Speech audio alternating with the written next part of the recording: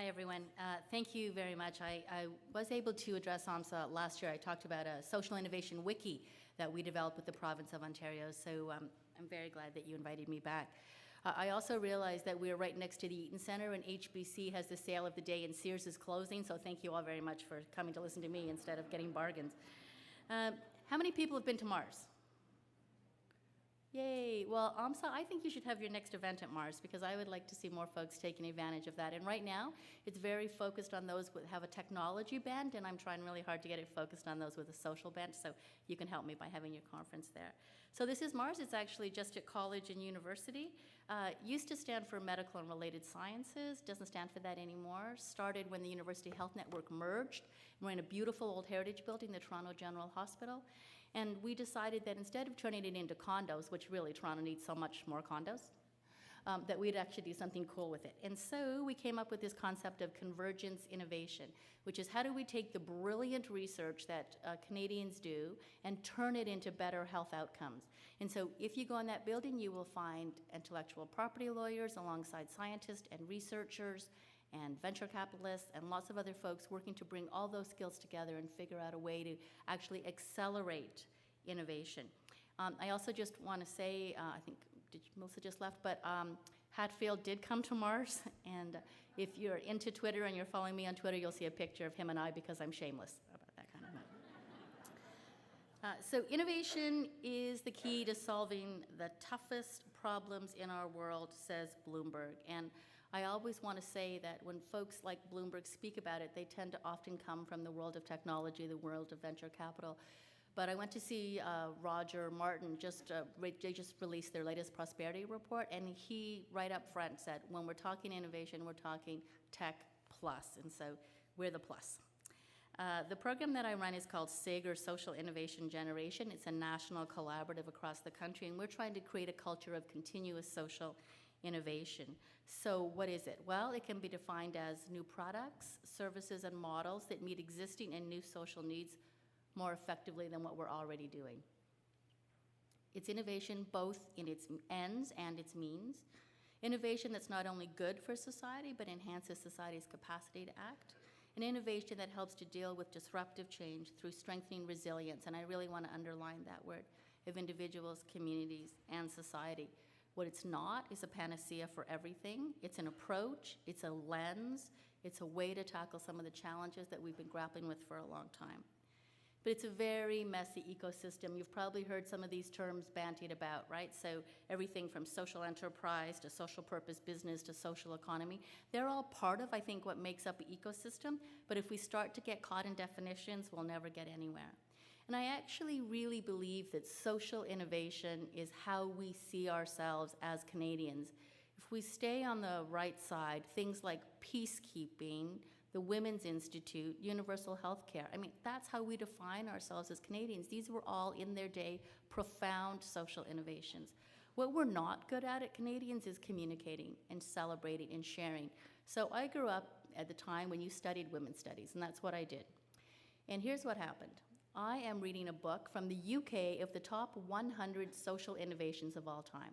And it says the modern day women's movement started in Stony Creek, Ontario. And I'm like, did I miss that day? How do I not know that, right? How do I not know this? It's because we don't actually celebrate it. We don't think about it. It's part of our identity, and that's something just to be aware of. So here's the challenges we're facing right now.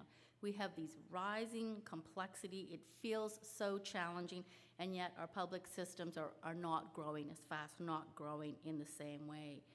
What does that actually look like? Well, we have economic and social challenges which are increasingly complex.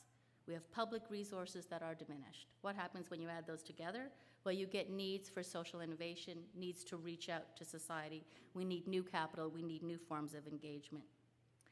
People are better educated and informed than ever before. And you know who knows this? Doctors, right? Because when you go in to meet your doctor and you bring all the stuff you printed from the internet and all the research that you've done, they really like it better when they were God, but it doesn't work that way anymore. So the technology increases the capacity of people to organize themselves.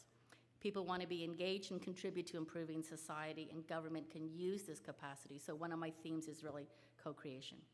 Society operates in networks, public sector largely operates in silos. We need for new solutions, and we need new approaches and new things of systems change. And I borrowed this slide from my colleague, Yuri van den Steenhoven, who is running the Mars Solutions Lab. It's a new change lab that we've just set up to try to tackle complex challenges in a neutral and safe environment.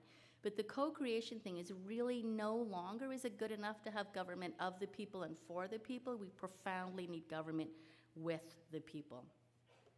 In the world of public sector innovation, you see things like, well, let's try to figure out what we're talking about. Well, bureaucracy has a rational character, right? So this is Weber. Rules, means, ends, matter-of-factness dominate its bearing. A bureaucratic organization is an organization that cannot correct its behavior by learning from its errors. Well, that's a problem. In an attempt to be both rational and egalitarian, bureaucracies attempt to anticipate every outcome and invent rules in advance to provide fair or appropriate access. These efforts are bound to fail because to minimize the negative effects of overregulation, bureaucracies tend to regulate even more, creating a vicious circle of red tape and reducing the room for servants to act. So when you Google innovation and public sector innovation, this is what you got. So we have an image problem, right? So something else I have to think about. But there, and also when you talk about this, what you hear a lot about in the world of public sector innovation is anti-red tape movements, saving money as a driver. And actually saving money should be an outcome, one of the outcomes we're going for, but not necessarily it. So what are some other cool trends? And this is another one of Yuri's slides that I stole because it's like City Hall. So economic and social challenges are increasingly complex. There are multiple global crises. Public resources are decreasing. Institutions operate in old structures. You must have had lots of discussions about silos. And then I've said the other things. People are better educated, informed, more engaged. We're trying to mobilize private capital for public good. There's a whole world of impact investing, social finance that's really taking off, and technology, of course, increases the capacity of society to organize around those. But there still remain some pretty profound barriers. Mandates, politicians, risks, transparency and accountability, the demands for those. But boundaries are everywhere, and anybody in any sector will tell you that innovation is hard.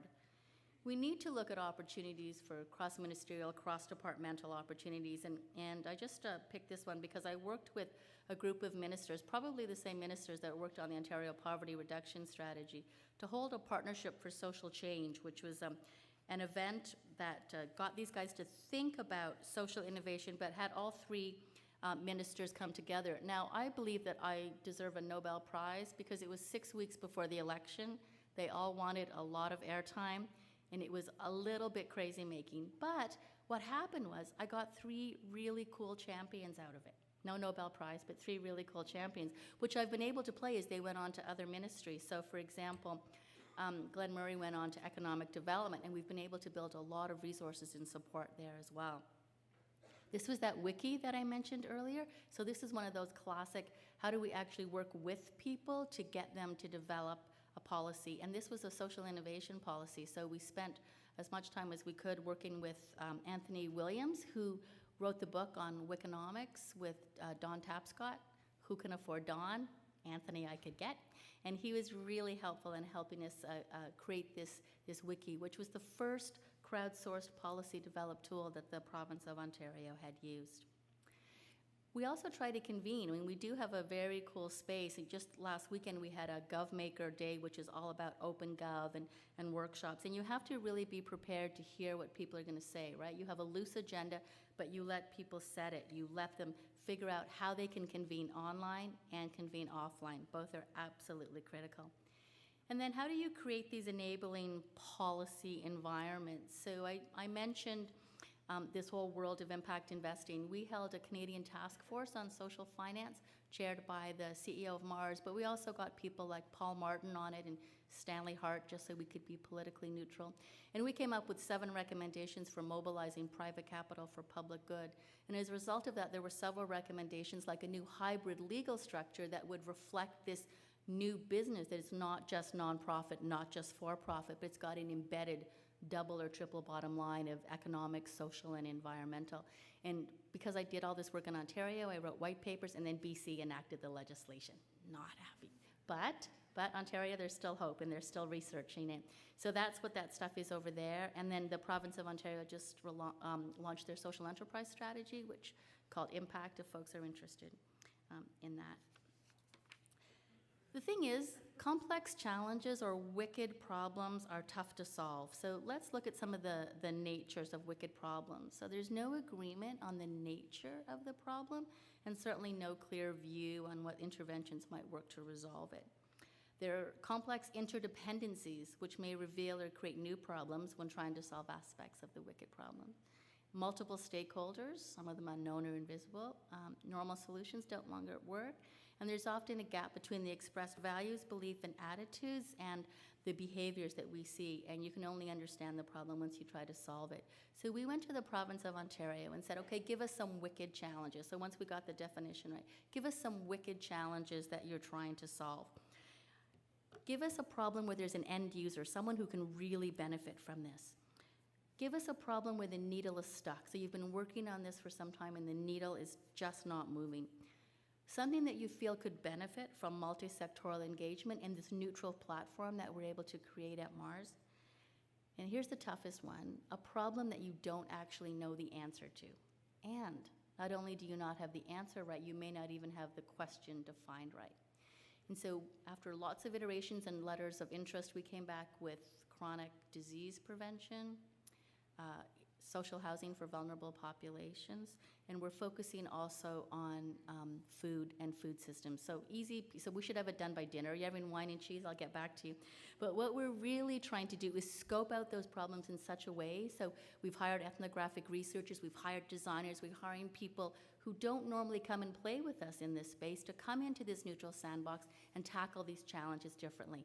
So one of the first things we've done is go into the priority neighborhoods. We've given young kids cameras and get them to take pictures of their food throughout the day, where they buy their food, what their intent. They won't write it down, but they will take pictures. They take pictures of everything. So trying to use ethnographic researchers to sit with them and figure out some of those issues differently so we can understand all these concepts a little bit differently than we have historically. There are different types of problems. There are this sort of, I guess you'd call them tame problems, where you can manage this, you have a recognized set of responses, you know what to do. There are crisis problems, which I'm sure you also know all about. With directive leadership, crisis is clear, urgent, and finite. Permissions for actions may be, that may be less acceptable in normal circumstances become acceptable there. But here's what you need to solve wicked problems. You need adaptive leadership that's difficult to recognize and solve due to systemic characterizations.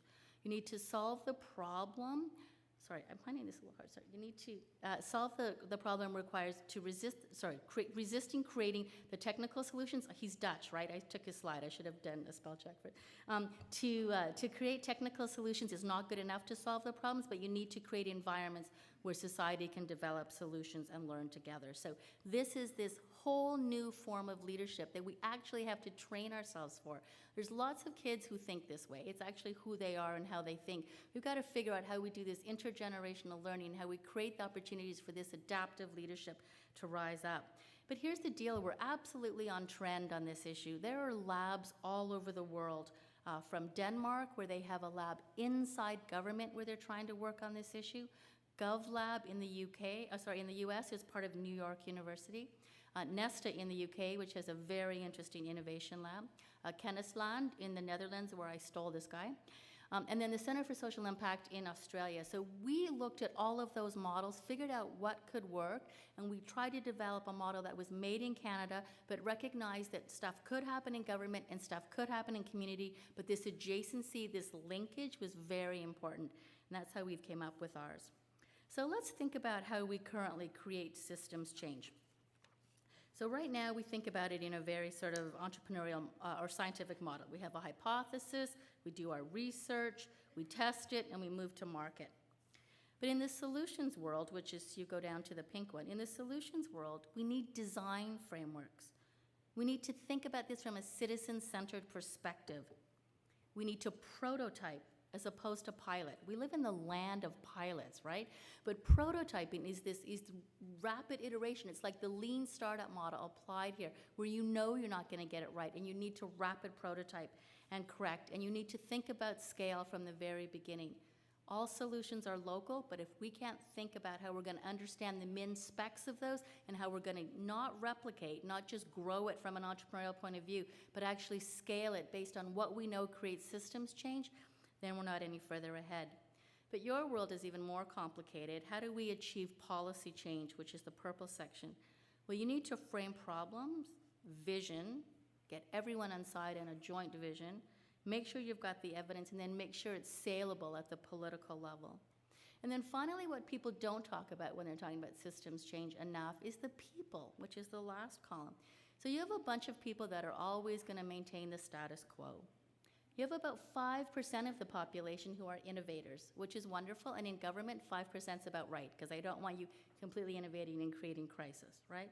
But then you have the early adopters, and then once you get to the about 50% level, you get the early majority, and that's when you begin to see systems tipping. That's what you really want to see happen. So what do I think at the end? I think that perfection is the enemy of good, and really you got to get in there and you got to make it happen. I think you've got to look at the culture that you're living in. You've got to invest in innovation skills. You've got to invest in creating this culture of innovation, and you've got to look at the leadership that's around you. How do we create spaces and structures that are going to enable this to happen? I want you to think about something that allows you to bring all your skills and expertise and policy development and what you know and figure out opportunities to allow that co-creation to happen with government. I was just waiting and listening, and I flipped on my BlackBerry, and the Ash Center at the Harvard Kennedy School has just put out a brand new series of reports on insights on improving the local landscape for innovation. So you have to think about what is out there, how can we learn from others, how can we steal the absolute best and get the Canada that we deserve. Thank you very much.